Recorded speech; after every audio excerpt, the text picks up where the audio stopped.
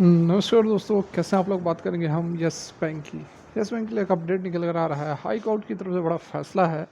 क्या कुछ अपडेट है और स्टॉक प्राइस कहां पर फंसा हुआ है, क्या स्टॉक में मूवमेंट हो सकती है, क्या स्टॉक 100 टच कर सकता है, सारा कुछ समझ जानेंगे इस वीडियो में। रिक्वेस्ट है कि वीडियो अच्छी लगे लाइक करके हमें मोटिवेट करें ज़बरदस्त जेन्युइन कंटेंट के लिए। चैनल को अभी के अभी सब्सक्राइब कर लें। तो यस बैंक की यदि हम चार्ट्स वगैरह की बात करें तो जैसा मैं आप लोगों को बता रहा था, जो चीज़ जिस चीज़ की डर थी वही यस बैंक के साथ होता हुआ यहाँ पर नज़र आ रहा है। अगेन यस बैंक उसी स्लोप में चला गया, उसी रेंज में चला गया जिसको कि निकलने में, जिस रेंज से निकलने में यस बैंक को 1.5 महीने का समय लगा था। और बिल्कुल किसी तरह की जो है मूवमेंट हमें देखने को नहीं मिल रही थी। यस बैंक के अंदर बहुत ही नैरो रेंज के अंदर यह ट्रेड किया करता था और उसी रेंज में फिर से जो है यस बैंक फंस चुकी है। देख सकते हैं कि ये वाली जो रेंज थी, एक बार यहाँ पर ब्रेकआउट हुआ, 19 रुपये का लेवल इसने टच किया, उसके बाद गिरावट हुई और फिर से वो जो है इसी रेंज के अंदर अब फंसती हुई नज़र आ रही है। और सेम इसी तरह का पैटर्न आप पिछले 4-5 दिनों में देखो तो सेम टाइप की कैंडल जो यहाँ पर बन रही थी उसी तरह की यहाँ भी कैंडल हमें देखने को मिल रही है। तो आगे अब किस तरह की मूवमेंट होगी, क्या एक यहाँ पर हमें ब्रेकआउट देखने को मिलेगा, तो इसकी संभावनाएं फ़िलहाल कम नज़र आ रही है। यदि हम इसके हिस्ट्री को देखें उठाकर, तो जिस तरह से इसने 1.5 महीने का समय लिया था इस ब्रेकआउट को होने में, उसी तरह से फिर से ये लगभग लगभग उसी रेंज के अंदर जा चुका है। और अब ये ऑलरेडी 20 डेज़ ईएमए से नीचे भी चल रहा है। तो 20 डेज़ के आसपास ही अब ये घूमता रहेगा कुछ दिन और, यहाँ पर यह व्यतीत करने वाला है, ऐसा लगता है इसके पास्ट हिस्ट्री को, प्राइस एक्शंस को वगैरह को देखकर। ठीक है, वॉल्यूम्स भी आप देख सकते हैं कि बहुत ही मिनिमम होती हुई यहाँ पर मिनिमल वॉल्यूम जो है वह लगातार होती जा रही है। बड़े प्लेयर्स यहाँ पर एक्टिव नज़र नहीं आ रहे हैं। यस बैंक के अंदर फिलहाल बड़ी मूवमेंट नहीं बन रही है। स्टॉक जो है लगभग यहाँ पर लेफ्ट आउट की तरह पड़ा हुआ है कि किसी का ध्यान यहाँ पर नहीं है। ठीक है, ये तो हो गई स्टॉक की बातें। अब कुछ खबर जो निकल कर आ रही है हाई कोर्ट की तरफ से, क्या फैसला है उस पर भी एक नज़र डालते हैं। तो यहाँ पर आप देख सकते हैं बॉम्बे हाई कोर्ट ने रिफ्यूज़ किया है बेल किसको, तो रेडियस ग्रुप एमडी को। किसमें? Yes bank money laundering case में।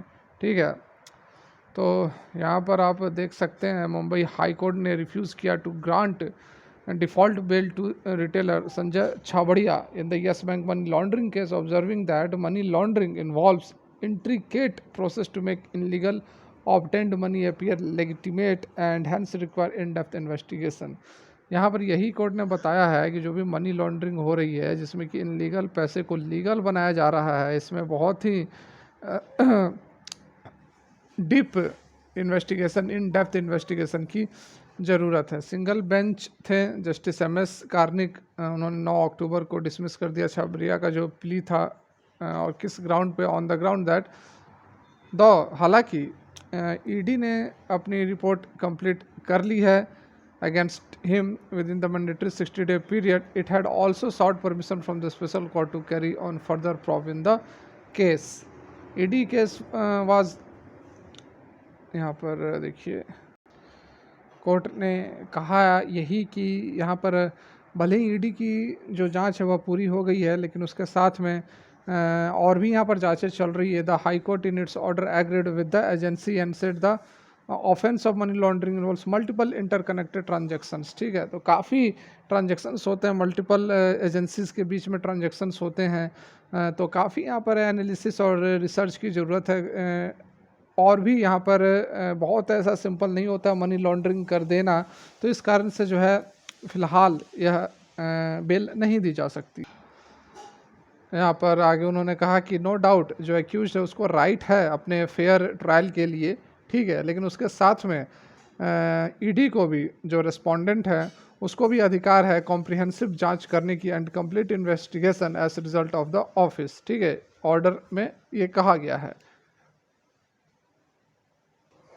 यहाँ पर देखिए जो छावरिया हैं उनका ये मतलब कि उन पे क्या आरोप है कि यस बैंक के जो फाउंडर थे राणा कपूर और दीवान हाउसिंग फाइनेंस लिमिटेड के प्रमोटर कपिल वाधवान, इन्होंने जो फंड्स को इधर से उधर किया है, मतलब कि यस बैंक के जो पैसे को गलत तरीके से जिसको तिसको लोन बांटा गया है, और मनी लॉन्ड्रिंग मतलब कि इनलीगल पैसे को लीगल दिखाना, ये पूरे काम में जो छाबरिया हैं उनका भी बहुत बड़ा हाथ है और ये बहुत ही कॉम्प्लेक्स प्रोसेस होता है, मल्टीपल एजेंसीज़ वगैरह यहाँ पर इन्वॉल्व होती है।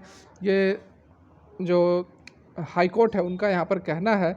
इस कारण से अभी जो है फर्दर इन्वेस्टिगेशन चलेगी। Justice Karnik said further investigation was on with regard to the larger offence of money laundering in the case. और भी बड़ा यहाँ पर मनी लॉन्ड्रिंग हो सकता है, उसको लेकर यहाँ पर इन्वेस्टिगेशन चलनी है। वहीं छाबरिया के वकील का कहना है कि जो इन्वेस्टिगेशन था ईडी का, वह कंप्लीट हो चुका है 60 दिन के अंदर अंदर। और जो अरेस्ट हुआ है वो छाबड़िया का यहाँ पर 7 जून 2022 को ही अरेस्ट हुए थे। यस बैंक और DHFL के बीच में जो मनी लॉन्ड्रिंग हुई थी इन दोनों के इसी कनेक्शन में हुए थे और उनका कहना है कि बेल दे देनी चाहिए। ठीक है, तो यहाँ पर एक चीज़ क्लियर है कि हाँ, जो भी फ्रॉड हुआ है यस बैंक के इतिहास में वो ज़रूर हुआ है, लेकिन अभी जो हमारी एजेंसियाँ काम कर रही हैं, जो न्याय व्यवस्था है, वो बिल्कुल यहाँ पर किसी को बख्शने के मूड में नहीं है। बिल्कुल जो भी इसमें इन्वॉल्व्ड है उनको छोड़ा नहीं जाएगा। समय ज़रूर लग रहा है यस बैंक में, जो भी है यहाँ पर जो रिकवरी होगी, धीरे धीरे रिकवरीज होंगी। ठीक है, तो डेफिनेटली आगे आने वाले समय में यस बैंक एक बढ़िया एक जिस तरह से अभी हमें दिख रहा है इस तरह से नहीं रहेगा। हाँ, वेट आपको करना पड़ रहा है और हो सकता है कि अभी और इंतज़ार करना पड़े, लेकिन ये चीज़ है कि यस बैंक आपके पैसे नहीं डुबाएगा, क्योंकि काफ़ी बढ़िया यहाँ पर यस बैंक, यदि आप बैंक के फंडामेंटल्स देखोगे तो काफ़ी सुधर चुके हैं। 2 से 3 साल लगभग तो हो ही चुके हैं, 3 साल से ऊपर चल रहे हैं। तो डेफिनेटली यहाँ पर कामकाज बहुत सुधरा है। NPA वगैरह आप देखोगे तो 14% से 2-3-1% तक आ चुकी है। तो डेवलपमेंट हुए हैं, लेकिन स्टॉक के ऊपर जो है इसका हमें इफ़ेक्ट नहीं देखने को मिल रहा है, जो कि मिलेगा। थोड़ा आप वेट करें, इंतज़ार करें। यदि आपको धैर्य है तो आप इंतज़ार कर सकते हैं, तो बहुत अच्छी बात है। यदि आप में पैसेंस नहीं है तो फिर यस बैंक आपके लिए नहीं है। फिलहाल की वीडियो यहीं तक अच्छी लगी हो तो लाइक करें। Thanks for watching, have a good day.